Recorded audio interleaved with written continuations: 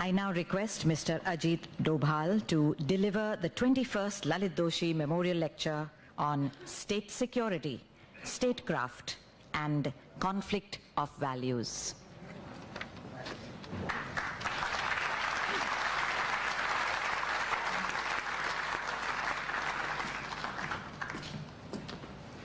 Chair of today's event, Chief Secretary Mr. Swadhin Kshatriya, distinguished members on the dais, Mr. Bharat Doshi, Mr. Bam, Mr. Arun Bongiwar, our head of the trustees group here, Ms. Pratima Doshi, Mr. Garmani, and all other distinguished friends here. Ladies and gentlemen, I am grateful to the Foundation for giving me this opportunity to come and interact with you on a subject about which the credibility or the doubts about the credibility have been seriously raised by my dear friend Mr. Bam. You would only be wondering that how much you can trust me what I say. Particularly, he is telling that I'm a man of operations, so the question of conflict of values is probably, I am not the most competent person to say that. Friends, it's a great occasion for me today because we have assembled here in the memory of a great friend and a great colleague of ours, a great admirers of all of us we are, Mr. Lalit Doshi, who was one of the most promising officers, a man who in his short life had contributed a lot and probably had much more promise and potential that the country was deprived of. I had the occasion today of meeting some of his family members, and I can well understand that it must be a certain amount of a solace for them that so many of his friends, so many of his admirers still remember him and remember him with a lot of respect and reverence.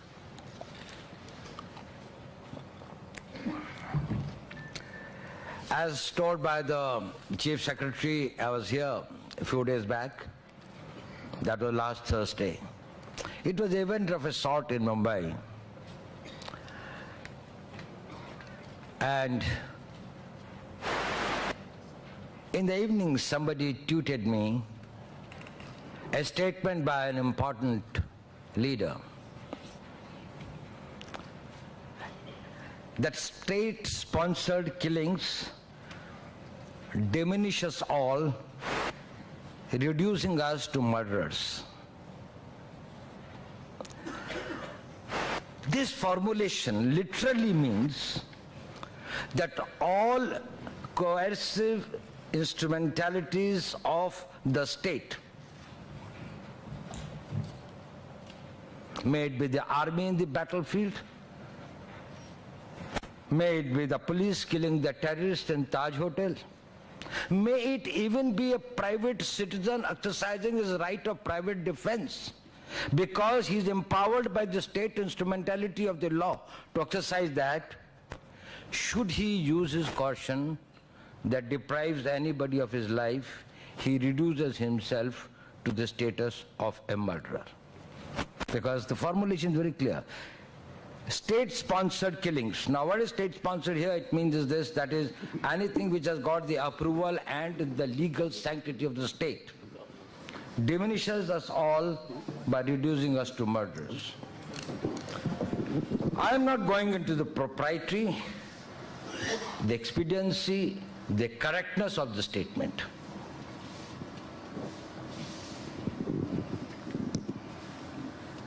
But it generates a very, very important discourse.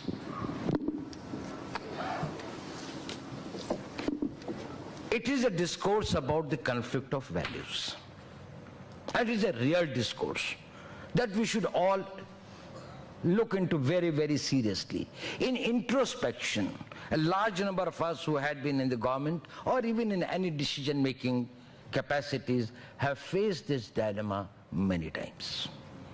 There is something which is in the public interest, in the larger interest of the nation, in the larger interest of the generations of Indians who have yet to take birth.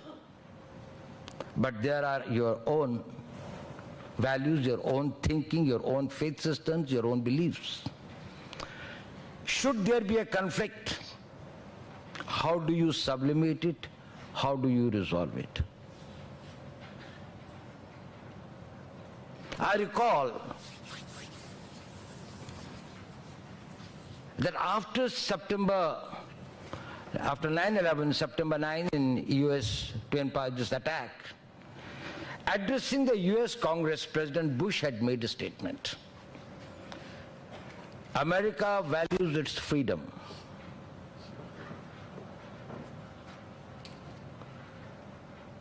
But should it come in conflict with the supreme interest of the state, the latter will prevail. That is, the freedoms which are guaranteed by the Constitution, which are sacrosanct, also will be subordinated should it come that the state has to be protected, the supreme interest of the country have to be protected.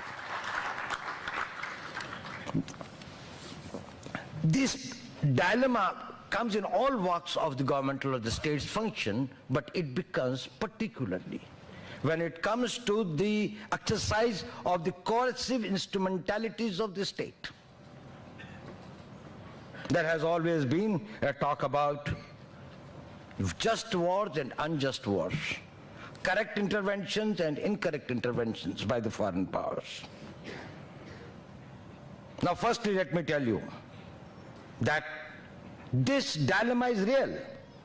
It is not hypothetical, imaginary, or a political posturing. This is real. This happens in the life of all those who have practiced, if I may use the word, power in one form or the other, where you are involved in decision making. Even the scriptures have addressed it and come to their own conclusions. You know, in Gita, in chapter 2, there's a very interesting verse which it deals with it. It says, what can you do when there's a dilemma? How do you resolve this dilemma?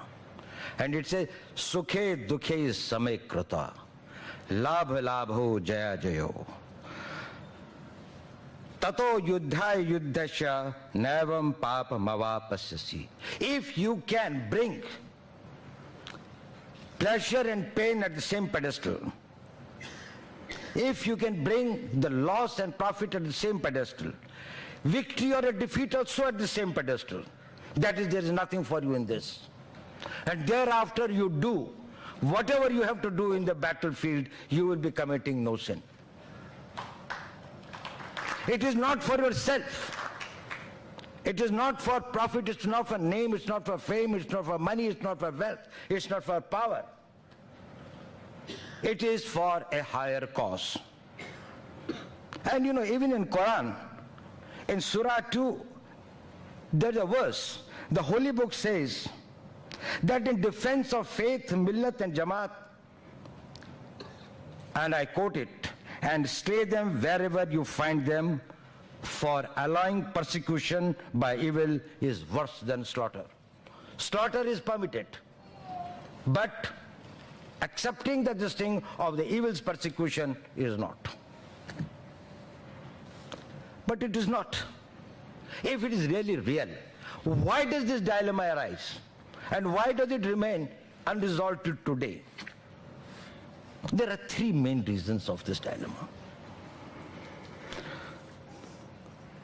The first is that the objectives of the two sets of values are entirely different. You need your personal values for your faith system, for your sublimation, for your spiritual elevation, for your material benefit. It can be anything. That is only you. You may like to go to heaven, or you may like to get some siddhi, or you may try to get some great solace or great comfort of your mind or peace or soul, whatever is that. You are pursuing it for that. Whereas the value system of the state is with the objective of protecting the society, protecting the coming generations, protecting those core values for which the society exists. So this conflict of the purpose for which the value systems are there, so there is a conflict. So in my personal life, I tell you that this dilemma arises, that is, I come from a family of Brahmins from Uttarakhand, and my family conventionally was a vegetarian family. And I happened to be posted in Northeast for 7 years and then in Pakistan for 7 years. To begin with, I didn't like to be a non-vegetarian. In any case, not that I didn't take non-vegetarian food, but then I wasn't very fond of it. But there was a time when I took only non-vegetarian, nothing else. It looked at some point of time that probably it was not something that's the right thing to do. But soon you sublimate yourself. It's a larger cause. This is a very small example, but what I'm telling is, that is, देश काल पात्र के अनुसार राष्ट्र की सेवा के लिए आप जो भी करते हैं, जो भी समर्पण करते हैं, जो भी सैक्रिफाइस करते हैं, वो मान्य है. तो ये एक स्कूल ऑफ थॉट था कि अगर should there be a conflict, should there be a clash of values, then the higher value in which you have got nothing at stake, because all your self-values have got something in it for you. Your material well-being or your intellectual well-being or your spiritual well-being, but it is for you. You are the epicenter of that value. But when you come to the question of the larger societal values, it is selfless. The second thing is that the states have been really tyrannical. It is not that the states have always been very fair, objective, humane, and correct, both internally and externally. And how do you fight that tyranny? You fight that tyranny through defiance internally and through wars externally. Now, whether it's the Nazi Germany or the fascist Italy, or there is persecution by Pol Pot regime, or there are Idi Amin or something like that, then there is a conflict of values. That is the very purpose which you say, who will decide what is best for the state? So that is the second cause that it arises. But there's a third reason, and which is actually the most practical reason. We say that the values of the state, but how does the values of the state manifest themselves? They are exercised by few individuals. In dictatorship or monarchies, by one or two, and maybe even in democracies, maybe another 200 people who are wielding real power. Leave aside the theoretical model. The recent survey of this thing, that how many people run the United States, it was 173 people. Totality who are running the state. The real power is exercised by them. And actually, the substantial strategic power is this thing by a much smaller group. That doesn't matter. But what matters is that they are all human beings. And when the decision making is done by them, they are also human beings, and they do not automatically transfer themselves from a model of an individual entity to a collective entity of a state.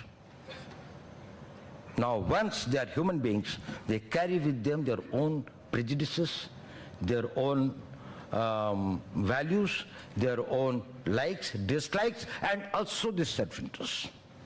And therefore, the dilemma arises because of that. And that is why there have been views, very extreme views, about the morality of the state itself.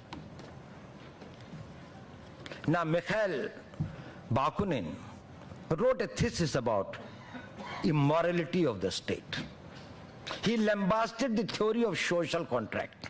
And he says the child is born and is a member of the society. You say there is a tacit social contract between him and the state. That is, he will abide by the laws of the state, state will protect him. He says this is a contract between the man who cannot speak, who cannot hear, who cannot understand, and a mighty power of the state. So this contract itself is vitiated. And then there had been Machiavellis and others who have been who have preached on the contrary of the absolute power of the state. Thomas Hobbes, for example, he said that accepting all the authority of the state is the duty of every citizen. But it evolved. It evolved into this thing that, well, democracies in different forms came. And they said the quintessence of the democracy lies that the laws by which the people will be governed will be made by them, will be executed by the people whom they elect, but will be independently adjudicated by the people who are the experts of law. And therefore, the rule of law became the quintessence of democracy. Democracy is not necessarily this thing of the ballot box. It is about that those who will make the laws will come through the process of the ballot box and will make the laws which will be binding not only on you but also on those who make it. So that is how the extreme views were tried to be reconciled. But the people who came from the ballot box to make the laws, or the executive that was elected, could not always measure up to the confidence that was reposed by the people in their ability to protect the state, its citizens and its progeny. And that is why the dilemma gets into a state of confusion and fundamentals are lost, and therefore we think that probably much can be said on either side. I don't think that much can be said on either side. Let human failings not be taken as the failings of the system or the failings of the concepts and the doctrines. Because at the end of the discussion, all thinkers have accepted one thing, and all practitioners have accepted one thing, that if human beings have to live in a community, it requires an order. And this order has got to be administered by someone. And for the sake of convenience, we call it a state, whatever the form of a state.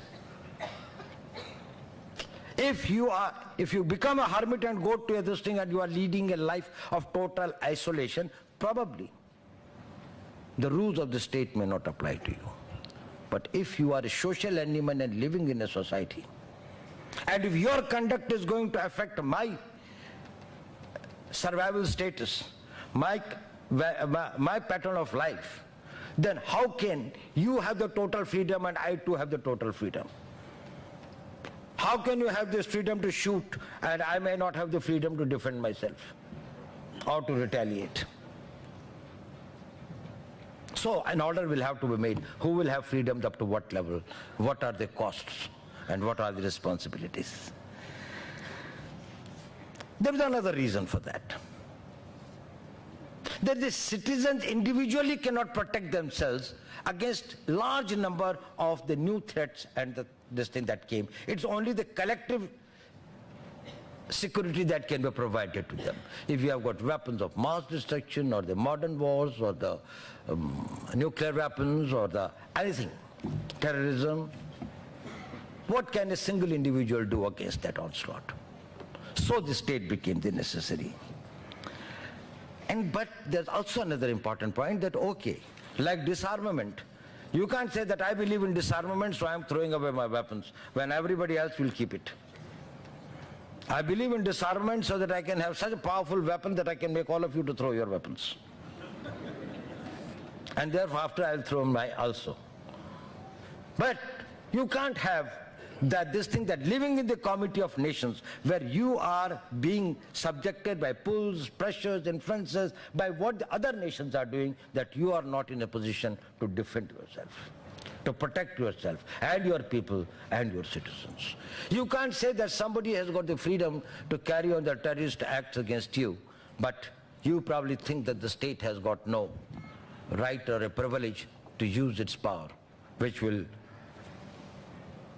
deprive somebody of his life.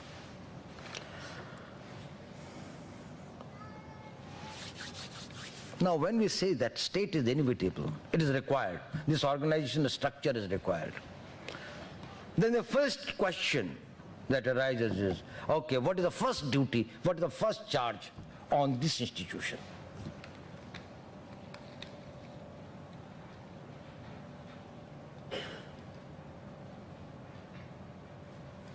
From the time that the concept of the state and the nation state and this thing have evolved in many years, the first duty of the state has been to protect itself.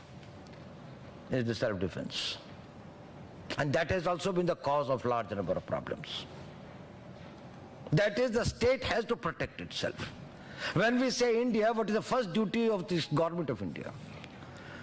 Is to ensure its territorial integrity, its sovereignty, core values of its constitution, security of its citizens, continuity of its institutions, protection of its civilizational and cultural values.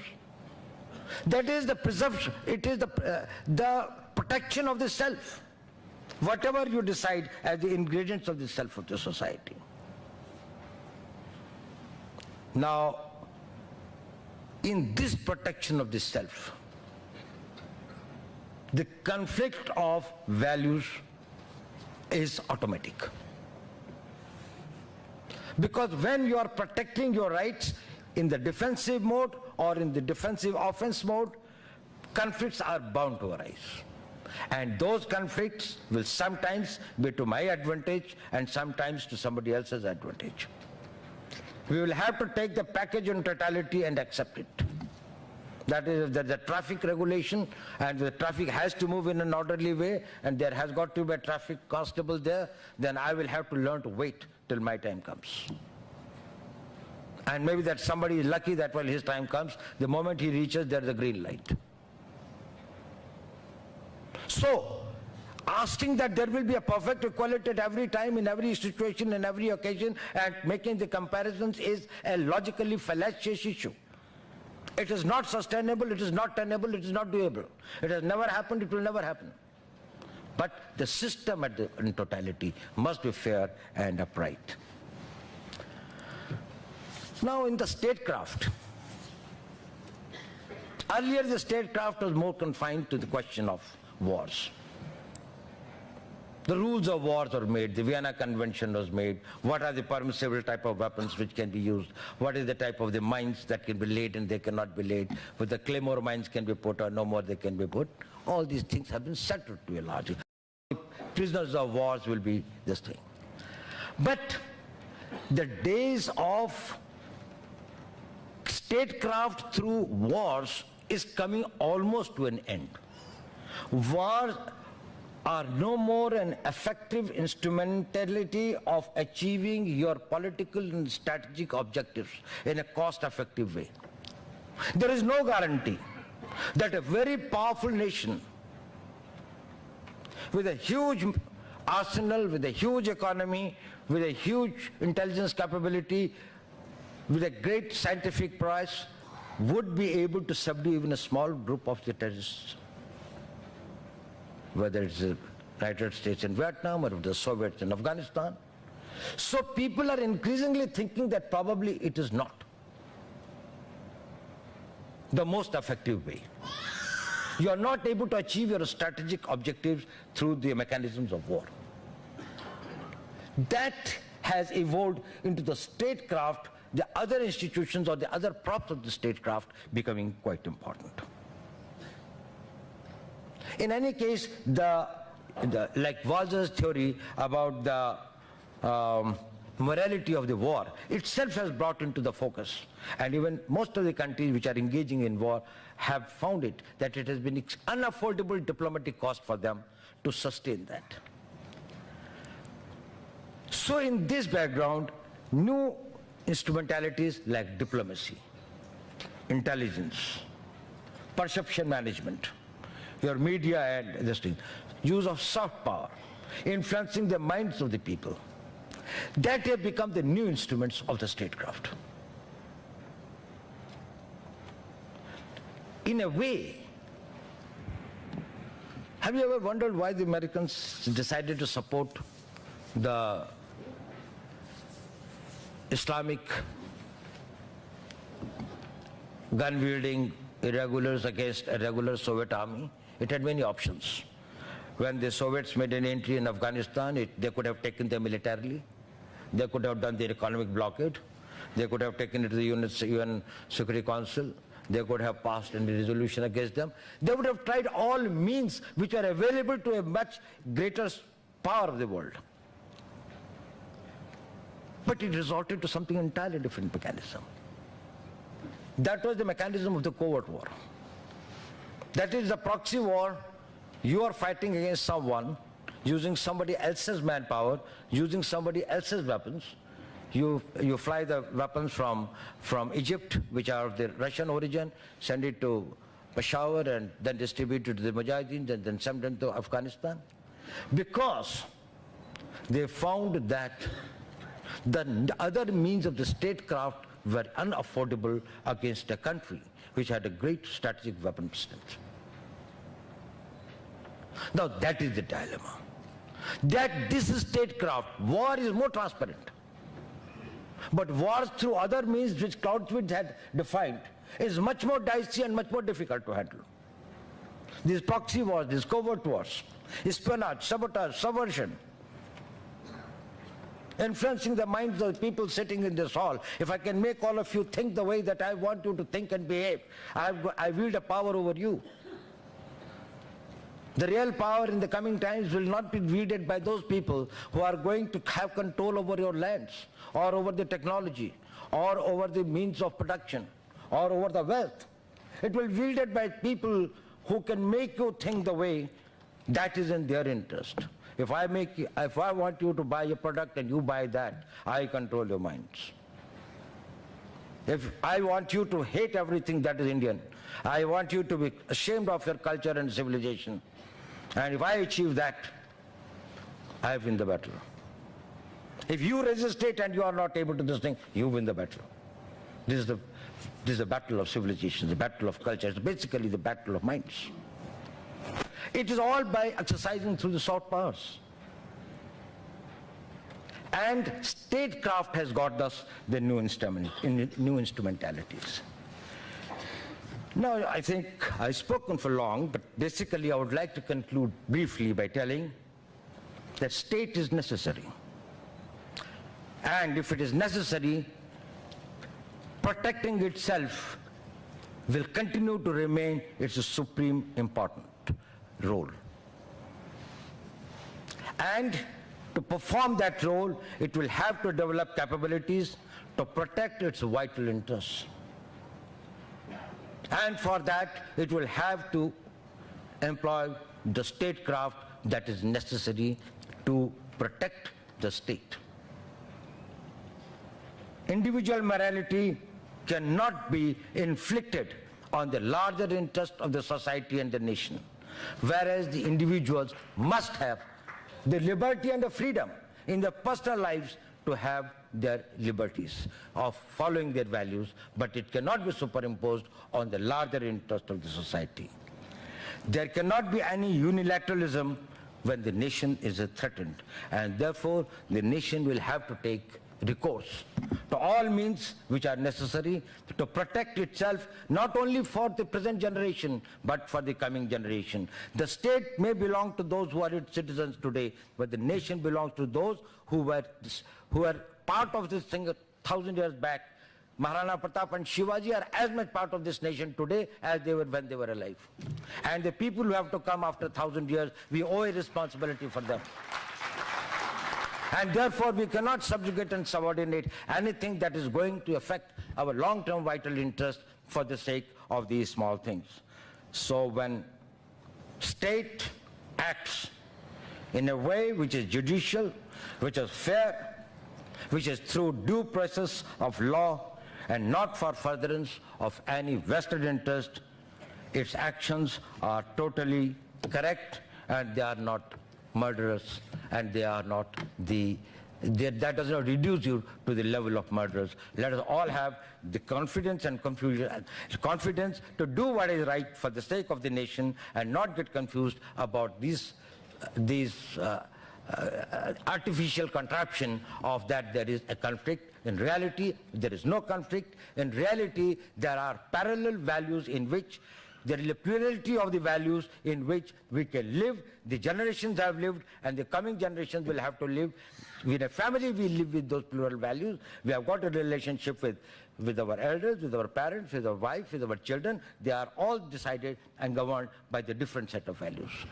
So it's not one thing that you can superimpose on others, and therefore the formulation that any instrumentality, any coercive instrumentality used by the state, reduced it to the status of murders, is totally untenable.